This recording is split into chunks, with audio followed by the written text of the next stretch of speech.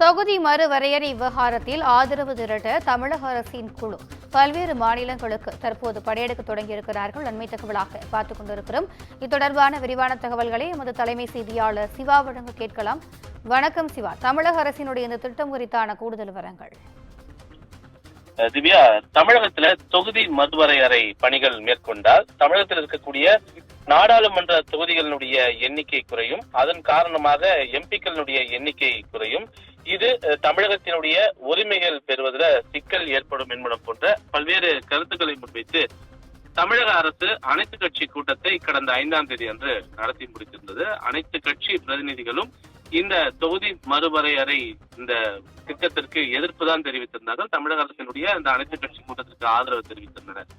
இந்த நிலையில 7 மாநிலங்களைச் சேர்ந்த முதலமைச்சர்கள், முன்னாள் முதலமைச்சர்கள் ஆகியோர் கொண்ட ஒரு ஆலோசனை கூட்டம் 22ஆம் தேதி அன்று நடத்தப்படும் என்று முதலமைச்சர் மு.க. ஸ்டாலின் ஏற்கனவே ஒரு கடிதம் எழுதியிருந்த நிலையில ஒவ்வொரு மாநிலங்களிலும் இருக்கக்கூடிய முதலமைச்சர்கள், முக்கிய அரசியல் கட்சி தலைவர்களை தமிழகத்தில் இருக்கக்கூடிய அமைச்சர்கள் தலைமையிலான குழு நேரடியாக சந்திக்கும் என்றும் கடந்த சில நாட்களுக்கு முன்பு நடைபெற்ற திமுகவினுடைய எம்பிக்கள் கூட்டத்திலும் முதலமைச்சர் மு.க. ஸ்டாலின் தெரிவித்திருந்தார். அது மட்டுமல்லாமல் தென் மாநிலங்களை ஒருங்கிணைத்த ஒரு கூட்டு நடவடிக்கை குழு அமைக்கப்படும் என்ற ஒரு விபரத்தையும் அனைத்து கட்சி கூட்டத்தில் முதலமைச்சர் மு.க. ஸ்டாலின் தெரிவித்திருந்தார். இந்த நிலையில முதலமைச்சர் மு.க. ஸ்டாலின் ஏற்கனவே தெரிவித்திருந்த அந்த அறிவுறுத்தல் உத்தரவுப்படி இன்று அமைச்சர் டி.ஆர்.பி. ராஜா மற்றும் நாடாளுமன்ற உறுப்பினர் தயாநிதி மாறன் ஆகியோர் ஒடிசா மாநிலம் செல்ல இருக்கிறார்கள். ஒடிசாவில் முதலமைச்சர் நவீன் பட்நாயக் மற்றும் பல்வேறு முக்கிய அரசியல் கட்சி தலைவர்களை சந்தித்து இந்த தொகுதி மறுவரையறை பணிகள் தொடர்பாக கருத்துக்களை பெற்று அவருடைய ஆதரவு நிலைப்பாட்டை பெற்று அவர்களை 22ஆம் தேதி நடைபெறக்கூடிய அந்த ஆலோசனை கூட்டத்தில் பங்கேற்பதற்கான ஒரு அழைப்பை விடுக்க இருக்கிறார்கள்.